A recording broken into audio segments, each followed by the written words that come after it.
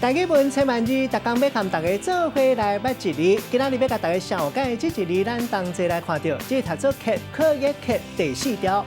大字字典解释客的意思，就是马在内这动物，大涂骹营业这动作，或者是讲定的物件小磨发出的声响。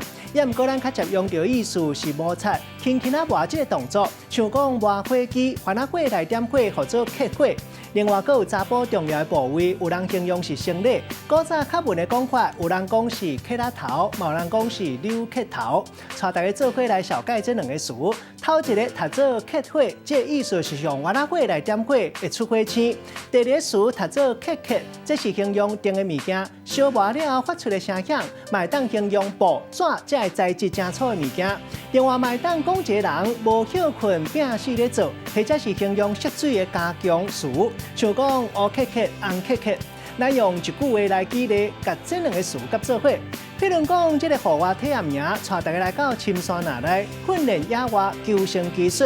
伫咧乌刻刻的画暗暝，用番仔火来刻火起火，刷来煮食度过一暝。今仔日小解这一字读做刻，提供给观众朋友来参考。